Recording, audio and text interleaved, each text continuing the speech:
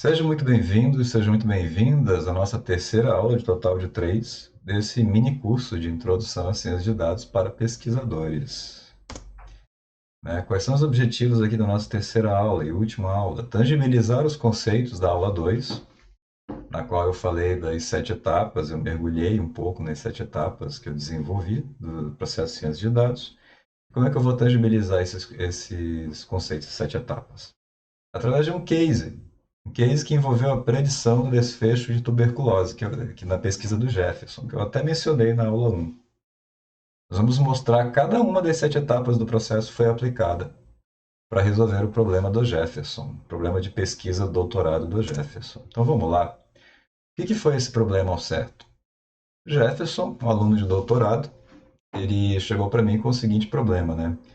Nós temos uma base de dados disponibilizada pelo governo federal, Ministério da Saúde. Essa base de dados, ela tem registrado dados de dezenas de milhares de casos de tratamento de tuberculose. Então, tem o perfil demográfico do paciente, tem dados médicos dele, e aí tem uma conclusão, se ele curou, se ele teve a felicidade de se curar de tuberculose, se ele infelizmente morreu, ou se ele infelizmente desistiu do tratamento, largou o tratamento. Então, com essa base de dados, o objetivo era criar um sistema capaz de predizer o desfecho. Então, criar uma máquina preditiva, digamos assim, para se eu der os dados de um novo paciente que não está na base, essa máquina me dizer com alguma acurácia, uma probabilidade daquela pessoa ela ter sucesso para se tratar, se curar, ou dela morrer, ou dela desistir do tratamento. Esse é o nosso problema que deveria ser resolvido com ciência de dados. Então, como é que eu fiz? 7 fases, pessoal. Fase 1, heurística. Né? Definição do problema. Heurística basicamente é definir problema e projetar soluções possíveis. Nós temos bases de dados anuais, 2018 a 2022, com centenas de milhares de casos sobre o perfil dos pacientes de tuberculose do SUS, desfecho para o tratamento, já expliquei. Precisamos criar um sistema para predizer, a partir dos dados do paciente, qual será o desfecho. Então, esse aí é o problema, é claro que dá para definir muito melhor que isso, mas aí não caberia aqui no slide.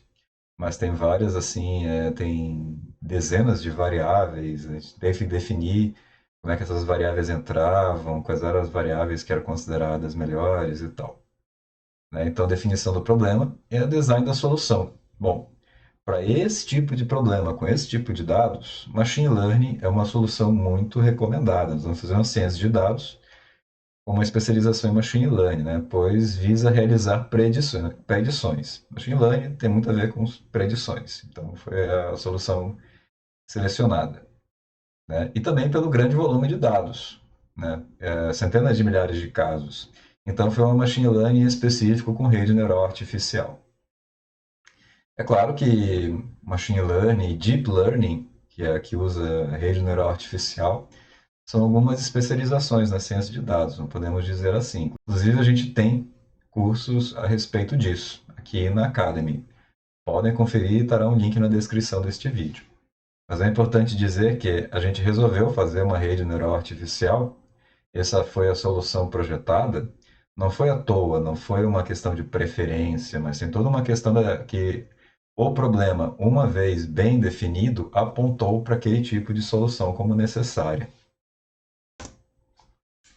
Como se deu a coleta dos dados? Bom, nesse caso foi uma exceção feliz, que foi uma parte muito fácil, que é raro, nas pesquisas acadêmicas. Por quê? Porque toda a base de dados já estava disponível gratuitamente nos portais da saúde do governo federal.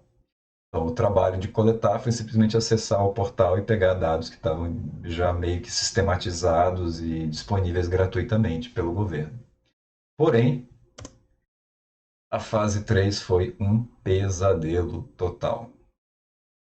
Como sempre, a fase de limpeza é uma das mais demoradas e mais problemáticas. Por quê? Porque nesse caso específico tinha muitos dados faltantes. Tinha muitas pessoas que não informavam a idade, ou não informavam se fez tal exame ou não. Então, se você fosse ver a planilha, eram centenas de milhares de linhas com 60 colunas das variáveis do tratamento demográficas. E se você colocasse todos os dados faltantes em vermelho, você ia ver tipo uma árvore de Natal, assim, de bolinhas vermelhas, assim. Tinha muitos dados faltantes. E aí, o que nós vamos fazer com os dados faltantes? Aí teve toda uma decisão que a gente teve que tomar, porque tinha a opção de simplesmente excluir os casos em que tinha dados faltantes, ia sobrar poucos casos. Você podia substituir os dados faltantes, você podia fazer simulações, tratamento, e a gente resolveu fazer uma imputação múltipla. Que é um procedimento que não cabe eu explicar aqui o que que é, mas foi o procedimento que nós adotamos na limpeza com consentimento, com aval do Jefferson, do orientador dele. E também nós resolvemos remover os casos que tinham typos, que eram os casos em que tinha algum erro de digitação grosseiro, tornava o caso, aquela linha da base de dados inútil. Felizmente eram raros esses typos. Fase 4, transformação. Felizmente, pouca transformação foi necessária, né? Ela já estava bem estruturada. Quer dizer que a base de dados ela estava relativamente organizada já.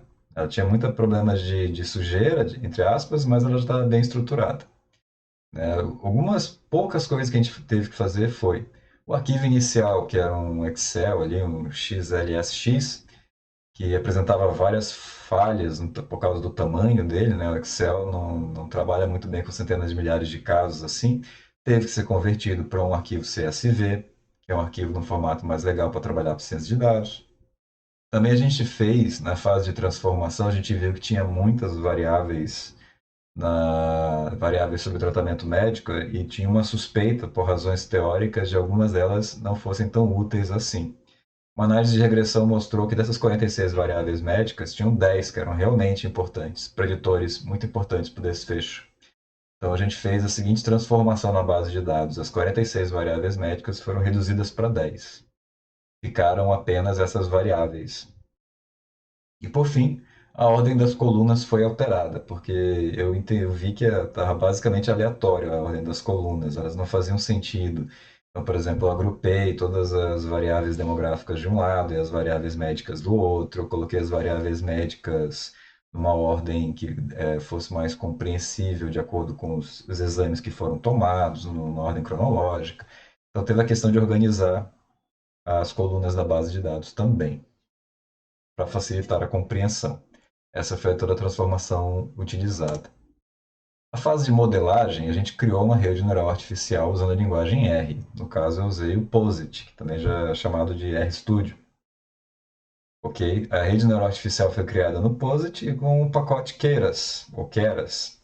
O que é o Keras? Ele é um pacote do R, ele é um conjunto de funções automatizadas do R, para solucionar problemas de redes neurais artificiais. Na verdade, ele é uma interface que facilita o uso do TensorFlow, que funciona no bastidores, digamos assim. O TensorFlow é que realmente resolve o problema. O Keras é uma maneira para simplificar o uso do TensorFlow, que ainda bem que inventaram o Keras.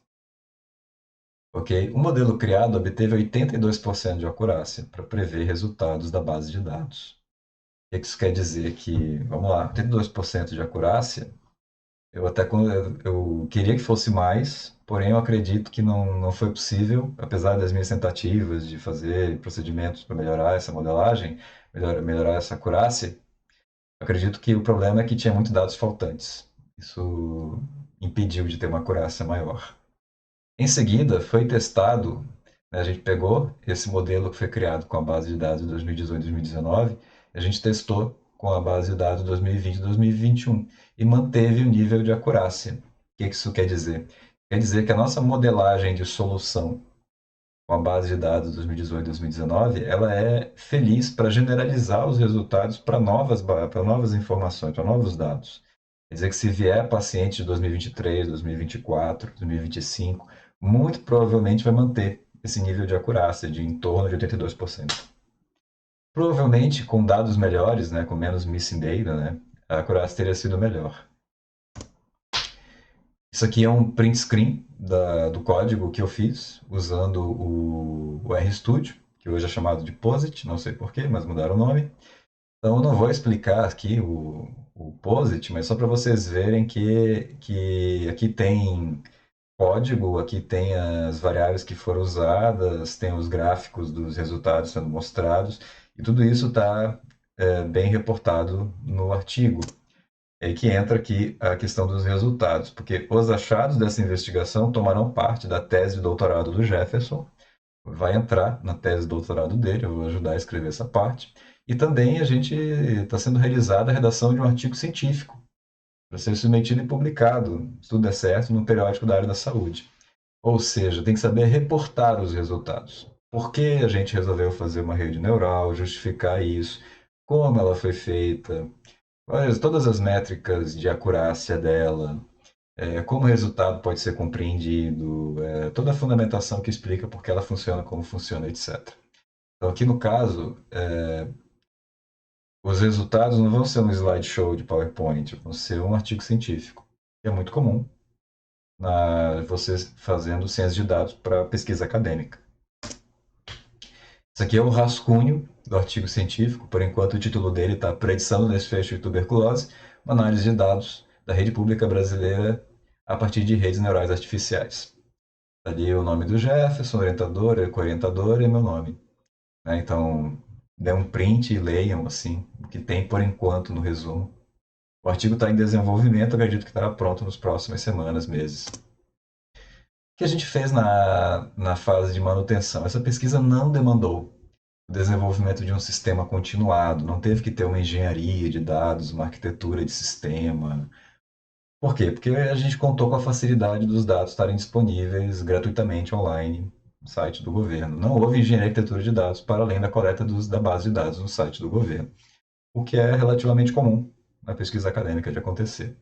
Ainda bem que não foi necessário, porque isso aqui demandaria talvez o desenvolvimento de uma API, de um aplicativo, integrar sistemas, enfim, tem toda uma questão de segurança de dados que a gente teria que gerenciar também. Felizmente, essa trabalheira não apareceu aqui, né? Não foi necessária na fase de manutenção. Isso aqui é o resumo do processo em 7 etapas. Vocês estão vendo de novo ali os sinônimos muito comuns das 7 etapas. A questão de que essas duas de limpeza e transformação costumam ser chamadas de pré-análise também. Por que de resultados costuma ir para heurística? Eu espero que vocês tenham entendido que muitas vezes, com esse exemplo do Jefferson, por exemplo, eu fiz várias iterações, né? Rodei vários experimentos com os dados, e sempre que chegava num resultado, eu tinha que voltar para a heurística para ver se eu não estava entendendo errado o problema, se eu não tinha selecionado a solução que não deveria ter selecionado. Então, é isso que essa seta significa.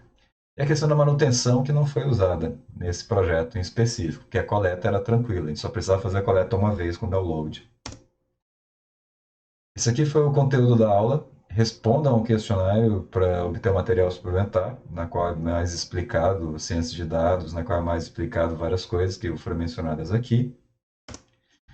E é isso, pessoal. Essa foi a nossa pequena introdução à ciência de dados para pesquisadores, né? O objetivo do curso era simplesmente mostrar para vocês, mapear para vocês aquele processo em 7 etapas, o que se faz em cada uma das etapas e como é que isso pode impactar na sua carreira como pesquisador para fazer o teu TCC, a tua dissertação, a tua tese, ou até para você virar um consultor, por exemplo, né? Você usar o que você aprendeu nesse sentido acadêmico, não só na sua pesquisa, mas também em várias outras pesquisas, seja na sua carreira, seja para beneficiar a carreira dos outros.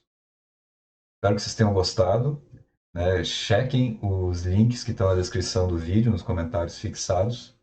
Se informem mais a respeito do Academy. Se você gostou desse conteúdo, tem cursos muito mais especializados que esse sobre Machine Learning, sobre matemática avançada para pesquisa, que estão no Academy. Eu sugiro que vocês querem realmente fazer um upgrade na carreira, confiram esses cursos. É isso, obrigado.